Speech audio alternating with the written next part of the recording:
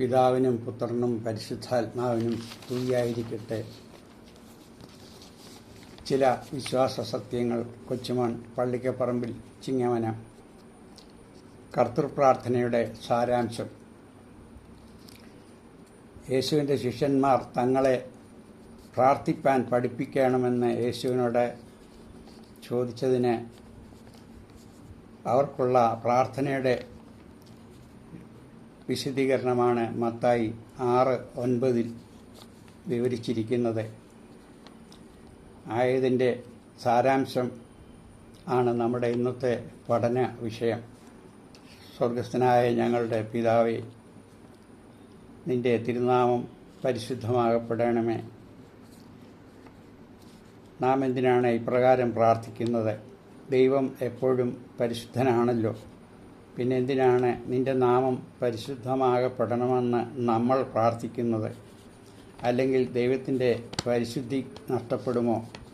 ഇങ്ങനെ പ്രാർത്ഥിക്കുന്നതിൽ എന്തിനാണ് എന്ന് ചിന്തിക്കാം. എൻ്റെ നാമം അശുദ്ധമാക്കരുത്. ലേവ്യ 22:2. നിങ്ങൾ എനിക്ക് പുത്രന്മാരും പുത്രിമാരും ആയിരിക്കും. 2 കൊരിന്ത്യർ 6:8. നാം എപ്പോഴാണ് പുത്രന്മാരും പുത്രിമാരും ആയിത്തീർന്നത്? വിശുദ്ധ മാമോദീസായാൽ ആകുന്നു. അന്നു മുതൽ ദൈവം നമ്മുടെ പിതാവ് ആകുന്നു. എങ്ങനെയാണ് നാം ദൈവനാമം അശുദ്ധമാക്കുന്നത്? ദൈവകൽപ്പന നാം ലംഘിക്കുമ്പോൾ നാം പാപിയായിത്തീരുന്നു. അങ്ങനെ പിതാവിൻ്റെ നാമം അശുദ്ധമാക്കുന്നു. നമ്മുടെ മക്കൾ പാപത്തിന് അടിമപ്പെടുമ്പോൾ നമ്മുടെ നാമം അശുദ്ധമായി തീരുന്നതുപോലെ നാം പാപത്തിന് അടിമപ്പെടാതെ ഇരിക്കാനുള്ള ദൈവകൃപ ലഭിക്കാനുള്ള പ്രാർത്ഥനയാണ് ഇത്. നിന്റെ രാജ്യം വരേണമേ. ദൈവരാജ്യം ഭൂമിയിൽ സ്ഥാപിക്കാനാണ് യേശു വന്നത്. ദൈവരാജ്യത്തെപ്പറ്റി പരീശന്മാർ യേശുവിനോട് ചോദിച്ചതിന് അത് ഇന്ദ്രിയ ഗോചരമല്ലെന്നും അതാ അവിടെ ഇതാ ഇവിടെ എന്നും ആർക്കും പറയുവാൻ സാധ്യമല്ലെന്നും അത് കാണാവുന്നതല്ലെന്നും അത് ഐഹികമല്ലെന്നും ഞാൻ പിശാചിനെ ബഹിഷ്കരിക്കുന്നത് നിങ്ങളുടെ ഇടയിൽ എത്തിയിരിക്കുന്നു. ലൂക്കോസ് 10:11 എന്ന വചനത്തിൽ രേഖപ്പെടുത്തിയിരിക്കുന്നു. യേശു ദൈവരാജ്യത്തെ ഉപമിച്ചത് ഒരു കടുകുമണിയുടെ വിത്തിനോടായിരുന്നു. ഒരുവൻ ഒരു കടുകുമണിയുടെ വിത്ത് തൻ്റെ തോട്ടത്തിൽ നടുകയും അത് വളർന്ന് വൃക്ഷമായി ആകാശത്തിലെ പക്ഷികൾ വന്ന് അതിൻ്റെ കൊമ്പുകളിൽ വസിച്ച് അവർക്ക് പാർപ്പിടവും വിശ്രമവും തണലും ലഭിക്കുന്നതുപോലെ നമ്മുടെ ആത്മാവിൻ്റെ ഫലമായ സ്നേഹം, കരുണ, ദയ ഇവ നമ്മിൽ ഉണ്ടായിത്തീരണം. കൊലോസ്യർ 3:12. മാമോദീസായാൽ നാം പരിശുദ്ധാത്മാവിനെ പ്രാപിച്ചവരാണ്. ആത്മാവിൻ്റെ പ്രകാശനം പൊതുപ്രയോജനത്തിനായി നൽകപ്പെട്ടിരിക്കുന്നു. 1 കൊരിന്ത്യർ 12:7. അതിനാൽ നമ്മുടെ നന്മ പ്രവൃത്തികൾ മറ്റുള്ളവരുടെ വളർച്ചയ്ക്കും ഉയർച്ചയ്ക്കുമായി തീരണം. അഗതികൾക്ക് പാർപ്പിടവും വിശക്കുന്നവർക്ക് ഭക്ഷണവും രോഗികൾക്ക് സഹായവും കൊടുക്കാനുള്ള മനസ്സുള്ളവരുമായി തീരുമ്പോൾ നാം ദൈവരാജ്യത്തിലെ പൗരന്മാരായി ഭവിക്കും. ഇപ്രകാരം ഭൂമിയിൽ യേശു ദൈവരാജ്യം സ്ഥാപിച്ചു കഴിഞ്ഞതിനാൽ ഇനി നിന്റെ രാജ്യം വരണമേ എന്നുള്ള കർത്തൃപ്രാർത്ഥന ചൊല്ലേണ്ടതില്ലെന്ന് സ്വർഗീയ വിരുന്നുകാരും ബ്രദറുകാരും പെന്തിക്കോസുകാരും പഠിപ്പിക്കുന്നു. സ്വർഗത്തിൽ ദൈവം ആളത്വത്തിൽ 3 ആണെങ്കിലും സ്നേഹത്തിൽ ഒന്നായിരിക്കുന്നത് കൊണ്ടാണ് ഞാനും പിതാവും ഒന്നാണെന്ന്. എന്നെ കണ്ടവൻ പിതാവിനെ കണ്ടിരിക്കുന്നു. യോഹന്നാൻ 10:30 എന്നും പറഞ്ഞിരിക്കുന്നത്. ദൈവരാജ്യത്തിൻ്റെ മുദ്രാവാക്യം തന്നെ സ്നേഹമാണ്. അതാണ് താൻ ദൈവമായിരുന്നിട്ടും ദാസന്മാരുടെ രൂപം എടുത്ത് ദാസന്റെ രൂപമെടുത്ത് സ്നേഹത്താൽ ശിഷ്യന്മാരുടെ പാദം കഴുകി ചുംബിച്ചതും. ലോകത്തിൽ ഒരു ഗുരുവും തൻ്റെ ശിഷ്യന്മാരുടെ പാദങ്ങൾ കഴുകി ചുംബിച്ചിട്ടുള്ളതായി ഒരു കഥയും ഇതുവരെ കേട്ടിട്ടില്ല. നമ്മിൽ താഴാഴ്മ ഉണ്ടായിരിക്കണമെന്ന അതിൻ്റെ ഒരു പാഠമാണ് ഇത് നമുക്ക് നൽകുന്നത്. അതാണ് അവനോട് തുല്യം നാമാകാൻ നമ്മെപ്പോലെ അവനായി. അപ്പോൾ നാമും അവനെപ്പോലെ ആകേണ്ടവരാണെന്ന് വിശുദ്ധ കുർബാനയിൽ നാം ചൊല്ലാറുണ്ട്. എന്നാൽ യേശു ഞാനും പിതാവും ഒന്നാണെന്ന് പറഞ്ഞത് പലർക്കും ഇടർച്ചക്കല്ലായി തീർന്നിട്ടുണ്ട്. ഇവർ ദൈവം ഏകനാണെന്നും പിതാവ് തന്നെയാണ് പുത്രനായി വന്നതെന്നും വേദവിപരീതം പഠിപ്പിക്കുന്നുണ്ട്. ഇത് തെറ്റാണെന്നുള്ളതിന് പല വചനങ്ങളും ഉണ്ടെങ്കിലും അവ പരിമിതപ്പെടുത്തി 2-3 വചനങ്ങൾ ഇവിടെ ഉദ്ധരിക്കാം. യേശു ഉയർത്തെഴുന്നേറ്റപ്പോൾ ആദ്യം കണ്ടത് മഗ്ദലന മറിയത്തെ ആയിരുന്നു. താൻ പിതാവിൻ്റെ അടുത്ത് ഇതുവരെ പോയിട്ടില്ലാത്തതിനാൽ തന്നെ തുടരുതെന്ന് പറയുന്നതിൽ നിന്നും പിതാവും പുത്രനും ആളത്വത്തിൽ 3 മനസ്സിലാക്കാം. യേശു യോഹന്നാൻ 20:17 സെബദി മക്കൾ 2 പേരും യേശുവിൻ്റെ മഹത്വനാളിൽ ഒരുവൻ തൻ്റെ വലത്തും മറ്റൊരുവൻ തൻ്റെ ഇടത്തും ഇരുത്തണമെന്നുള്ള വരം യേശുവിനോട് ചോദിച്ചതിന് അത് എൻ്റെ പിതാവിൻ്റെ സ്വന്തം ഇഷ്ടമാണെന്ന് മർക്കോസ് 10:40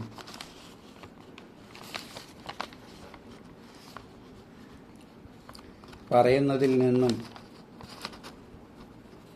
ദൈവം ത്രിത്വമാണെന്ന് നമുക്ക് മനസ്സിലാക്കാം. അതുപോലെ തൻ്റെ ശിഷ്യന്മാർ തന്നോട് ലോകാവസാനം എപ്പോൾ ആയിരിക്കും എന്ന ചോദ്യത്തിന് അത് എൻ്റെ പിതാവല്ലാതെ പുത്രനോ സ്വർഗത്തിലെ ദൂതന്മാർ പോലും അറിയുന്നില്ലെന്ന് പറയുന്നതിൽ നിന്നും ആളത്വത്തിൽ ദൈവം 3 മനസ്സിലാക്കാം. ഇതിനെക്കുറിച്ച് സഭയുടെ പഠിപ്പിക്കൽ ഇപ്രകാരം ആണ്. പിതാവ് ജനകനാണ്, സ്വയംഭൂവാണ്. അല്ലെങ്കിൽ ഇനി ജനിച്ചവനല്ല എന്നർത്ഥം. പുത്രൻ ജനിച്ചവൻ ആണ്, ജനകനല്ല. പരിശുദ്ധാത്മാവ് ദൈവം ആക്കപ്പെട്ടവനല്ല, ദൈവം ആകുന്നു. ഐക്യത്തിലും അധികാരത്തിലും സ്നേഹത്തിലും തുല്യമായ 3 കുനൂമികൾ ആകുന്നു ഇവർ. അതിനാൽ ദൈവം ആളത്വത്തിൽ 3 ആണെന്നുള്ളതിനുള്ള വചനം പരിശോധിക്കാം. ഉൽപ്പത്തി 1:26, മത്തായി 28:19,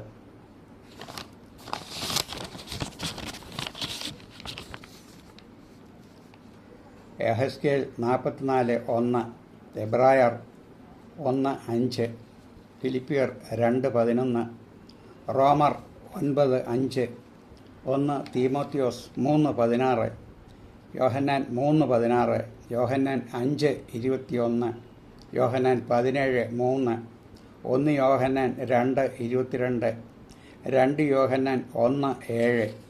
ഇപ്രകാരം ദൈവം ഏകനല്ലെന്നുള്ളതിനുള്ള വചനപ്രകാരം ഉള്ള തെളിവുകൾ നാം കണ്ടു കഴിഞ്ഞു. നിന്റെ ഇഷ്ടം സ്വർഗത്തിലെ പോലെ ഭൂമിയിലും ആകണമേ. സ്വർഗത്തിലെ ദൈവം ആളത്വത്തിൽ 3 ആണെങ്കിലും സ്നേഹത്തിൽ ഒന്നായിരിക്കുന്നത് പോലെ നാമും പരസ്പരം സ്നേഹിക്കാനുള്ള കൃപ ലഭിക്കുന്നതിന് വേണ്ടിയുള്ള അപേക്ഷയാണ്. ഞങ്ങൾക്ക് ആവശ്യമുള്ള ആഹാരം തരണമേ. നമുക്ക് ഭൗതിക ജീവിതത്തിനുള്ള ആഹാരത്തിനുള്ള സാമ്പത്തിക വരുമാനവും അതുപോലെ ആത്മാവിൽ ദൈവഹിതപ്രകാരം ജീവിക്കാനുള്ള പരിശുദ്ധാത്മാവിനെയും നൽകണമെന്നുള്ള അപേക്ഷയാണ് ഇത്. അടുത്തത്, ഞങ്ങളുടെ കടക്കാരോട് ഞങ്ങൾ ക്ഷമിക്കുന്നത് പോലെ ഞങ്ങളുടെ കടങ്ങളും പാവങ്ങളും ഞങ്ങളോട് ക്ഷമിക്കണമേ. പരീശന്മാർ യേശുവിനോട് ശത്രുവിനോട് എത്ര പ്രാവശ്യം ക്ഷമിക്കണമെന്ന് ചോദിച്ചപ്പോൾ 7 പ്രാവശ്യം മതിയോ എന്നതിന് 7 അല്ല 70 പ്രാവശ്യമാണെന്ന് യേശു പറഞ്ഞു. നീ ബലിയർപ്പണത്തിന് വരുമ്പോൾ നിന്റെ സഹോദരന് നിന്നോട് പകയോ പിണക്കമോ ഉണ്ടെങ്കിൽ വഴിപാട് അവിടെ വെച്ചിട്ട് സഹോദരനോട് നിരപ്പായ ശേഷം മാത്രമേ യാഗപീഠത്തിൽ ബലിയർപ്പണം നടത്തുവാൻ പാടുള്ളൂ എന്ന് പറഞ്ഞു. മത്തായി 5:23. ബലിയിലല്ല കരുണയിലാണ് ദൈവം പ്രസാദിക്കുന്നത്. യേശു ശത്രുക്കളോട് ക്ഷമിച്ചതുപോലെ നാമും നമ്മുടെ ശത്രുക്കളോട് ക്ഷമിക്കണം. എങ്കിൽ മാത്രമേ നമ്മുടെ പ്രാർത്ഥന ദൈവത്തിന് സ്വീകാര്യമാകുകയുള്ളൂ. പരീക്ഷയിലേക്ക് ഞങ്ങളെ പ്രവേശിപ്പിക്കരുതേ. നാമും പരീക്ഷിക്കപ്പെടുമ്പോൾ ദൈവത്താൽ പരീക്ഷിക്കപ്പെടുന്നുവെന്ന് ആരും പറയരുത്. യാക്കോബ് 1:14. ദൈവം ആരെയും ദോഷങ്ങളാൽ പരീക്ഷിക്കപ്പെടുന്നില്ല. മോഹം ഗർഭം ധരിച്ച് പാപത്തെ പ്രസവിക്കുന്നു. നമ്മുടെ ദുർമോഹങ്ങളാണ് പാപത്തിന് കാരണമായി ഭവിക്കുന്നത്. ചില ചീത്ത കൂട്ടുകാരിൽ നിന്നും നമുക്ക് പ്രേരണ പാപത്തിന് കിട്ടും. പാമ്പിൻ്റെ വിഷം പാമ്പിന് തന്നെ മാരകമല്ല. എന്നാൽ അത് മറ്റൊരു ജീവിയിലേക്ക് കുത്തിവെക്കുമ്പോൾ അതിനത് മാരകമായി തീരുന്നത് പോലെ സാത്താനും നമ്മുടെ ഉള്ളിൽ ദോഷചിന്തകൾ വരുത്തും. അപ്പോൾ അശുദ്ധ അരൂപി എന്നെ നീ വിട്ടുപോകൂ എന്ന് സാത്താനെ ശാസിക്കണമെന്ന് ക്രിസ്തീയ അനുകരണം എന്ന പുസ്തകത്തിൽ തോമസ് മാർ അക്വീനോസ് എന്ന വിശുദ്ധൻ രേഖപ്പെടുത്തിയിരിക്കുന്നു. ഒരു പക്ഷി മുട്ടകളിൽ അടയിരിക്കുന്നു. മുട്ടയ്ക്കകത്ത് തുടക്കത്തിൽ ആകൃതിയോ രൂപമോ ഇല്ലാത്ത ഒരു ദ്രാവകം മാത്രമേ ഉള്ളൂ. തള്ളപ്പക്ഷി അടയിരിക്കും തോറും മുട്ടയ്ക്കകത്തെ ദ്രാവകം തള്ളപ്പക്ഷിയുടെ ആകൃതിയിലേക്ക് രൂപാന്തരപ്പെടുന്നു. തള്ളപ്പക്ഷിക്കല്ല ഇവിടെ രൂപാന്തരം വരുന്നത്, മുട്ടയ്ക്കാണ്. നാം പ്രാർത്ഥിക്കുമ്പോൾ ദൈവത്തിന് വ്യത്യാസം വരുന്നില്ല, നമുക്കാണ് രൂപാന്തരം വരുന്നത്. ഇപ്രകാരം നാം പ്രാർത്ഥിക്കുമ്പോൾ നമ്മുടെ പരിശുദ്ധാത്മാവിൻ്റെ പ്രവർത്തനം നമ്മിൽ ഉണ്ടായി പാപത്തിൻ്റെ അനന്തരഫലം വെളിപ്പെടുത്തി തരുന്നു. അപ്പോൾ നാം പാപത്തിൽ നിന്നും പിന്മാറും.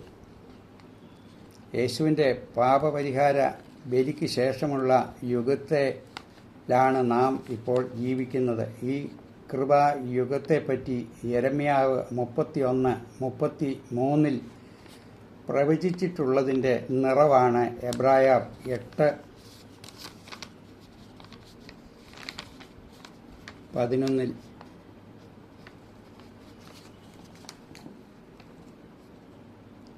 എബ്രായർ 8:10 കാണുന്നത്. ഞാൻ എൻ്റെ ന്യായപ്രമാണം അവരുടെ മനസ്സിൽ ഈ കാലയളവിൽ പ്രതിഷ്ഠിക്കും. അവരുടെ അകൃത്യങ്ങളിൽ കരുണയുള്ളവനും ആയിരിക്കും. അവരുടെ പാപങ്ങൾ ഇനിയും ഓർക്കുകയില്ല.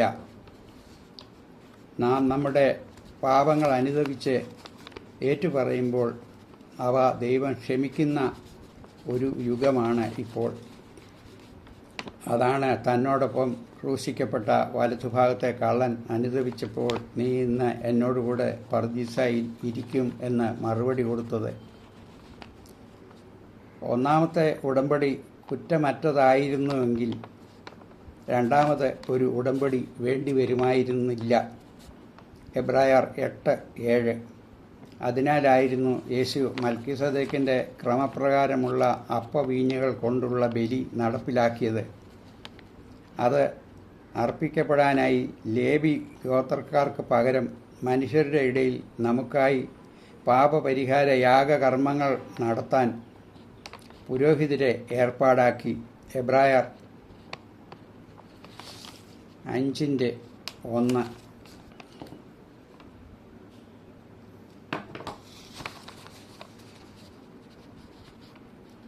നമ്മുടെ ഭവനം പായലും പൂപ്പലും ചെളിയും പിടിച്ച് കിടക്കുന്ന സമയത്ത് നാം അത് വെടിപ്പും വൃത്തിയുമാക്കുവാനായി വൈറ്റ് വാഷ് ചെയ്യുകയും ചായമടിച്ച് അതിന് വെടിപ്പും ഭംഗിയും വരുത്തുന്നത് പോലെ നമ്മുടെ കറപുരണ്ട ആത്മാവിനെ പുതുക്കുവാനുള്ള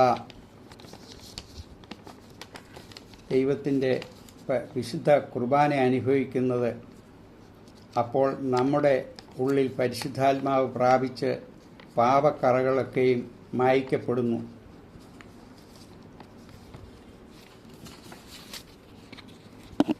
നാം നമ്മുടെ രോഗങ്ങൾക്ക് സൗഖ്യം പ്രാപിക്കുവാൻ മരുന്ന് കഴിക്കുന്നത് പോലെ നമ്മുടെ ആത്മാവിനുണ്ടാകുന്ന രോഗമാണ് പാപാവസ്ഥ. അതിൽ നിന്ന് മോചനം പ്രാപിക്കുന്നതിനുള്ള ആത്മാവിൻ്റെ ഔഷധമാണ് വിശുദ്ധ കുർബാന. നാം അത് കൈക്കൊള്ളുമ്പോൾ ക്രിസ്തുവിൻ്റെ സ്വഭാവത്തോടെ നമുക്ക് രൂപാന്തരം പ്രാപിക്കുന്നു. അതിനാൽ നാം വിശുദ്ധിയോടും വെടിപ്പോടും കർത്താവിൻ്റെ ശരീരവും രക്തവുമാണെന്നുള്ള വിശ്വാസത്തോടെ അനുഭവിക്കുന്നവർക്ക് മാത്രമേ ഈ രൂപാന്തരം വരുത്തുകയുള്ളൂ. പൗരോഹിത്യത്തിന് മാറ്റം വരുമ്പോൾ ന്യായപ്രമാണത്തിനും മാറ്റം ഉണ്ടാകണം. എബ്രായർ 7:12. നമ്മുടെ ബലഹീനതകളിൽ സഹതാപം കാണിക്കുന്നവനാണ് ദൈവം. എബ്രായർ 4:15. നമ്മുടെ പാപത്തെപ്പറ്റി നമ്മുടെ അനുതാപത്തിൽ ദൈവം നമ്മുടെ പാപങ്ങൾ ക്ഷമിക്കും. അതാണ് കൃപായുഗം. അതിനുള്ള ഉറപ്പാണ് പുതിയ നിയമകാലം. പാപത്തെപ്പറ്റി നാം ഇനി ഒരിക്കലും കുറ്റബോധം ഉള്ളവരായിരിക്കരുത്. ദൈവം സ്നേഹമാകയാൽ ദൈവം എല്ലാം ക്ഷമിക്കുന്നു. ആ വിശ്വാസമാണ് നമ്മിൽ ഉണ്ടാകേണ്ടത്. രാജ്യവും ശക്തിയും മഹത്വവും നിനക്ക് ഉള്ളതാകുന്നു. പലരും സാമ്പത്തിക ഉയർച്ചയ്ക്കും ശത്രുസംഹാരത്തിനും രോഗസൗഖ്യത്തിനും ദൈവത്തിൻ്റെ ശക്തിയും മഹത്വവും സാത്താന് കൊടുക്കാറുണ്ട്. അത് ആഭിചാരവും സാത്താൻ സേവയും കൂടോത്രവും വിഗ്രഹാരാധനയും ആയി നടത്തി ദൈവകൃപയിൽ നിന്നും നാം വേർപെട്ടു പോകാതിരിക്കാനുള്ള കൃപ നമുക്ക് ലഭിക്കുന്നതിനായിട്ടുള്ള പ്രാർത്ഥനയാണ്. ചിലർ രോഗാവസ്ഥയിൽ സഹനത്തിനുള്ള പ്രാപ്തിയില്ലാതെ സാത്താൻ്റെ പ്രേരണയ്ക്ക് വിധേയരാകും. അപ്രകാരം നാം നിരാശരാക്കി അടിമപ്പെടാതെ ഇരിക്കാൻ ഉള്ള ദൈവത്തിൻ്റെ കൃപ ലഭിക്കുന്നതിനു കൂടിയാണ് ഈ പ്രാർത്ഥന. അതിനാൽ നാം സാത്താൻ്റെ സകല പരീക്ഷകളിലും ദൈവകൃപയിൽ തന്നെ ആശ്രയിച്ച് രാജ്യവും ശക്തിയും മഹത്വവും ദൈവത്തിന് കൊടുത്ത് സഹനത്തിനുള്ള കൃപയ്ക്കുള്ള പ്രാർത്ഥനയാണ് ഇത്. യേശു പഠിപ്പിച്ച ഈ പ്രാർത്ഥന നമ്മുടെ എല്ലാ ബന്ധങ്ങളും ദൈവത്തോട് നമ്മെ അടുപ്പിക്കാൻ ഏറ്റവും പ്രാധാന്യമുള്ളതാണ്. എന്നാൽ സാത്താൻ്റെ പ്രേരണയ്ക്ക് അടിമപ്പെട്ട ചില നൂതന സഭയിൽപ്പെട്ടവർ ഇപ്രകാരം ഈ പ്രാർത്ഥന ചൊല്ലാതെ ശാപഗ്രസ്തരായി ഭവിക്കുന്നു. നമുക്ക് എല്ലാവിധ അനുഗ്രഹങ്ങളും പ്രാപിക്കുവാൻ തക്കവണ്ണം സമ്പൂർണമാകുന്നതാണ് ഈ പ്രാർത്ഥന. May God bless you. Thank you.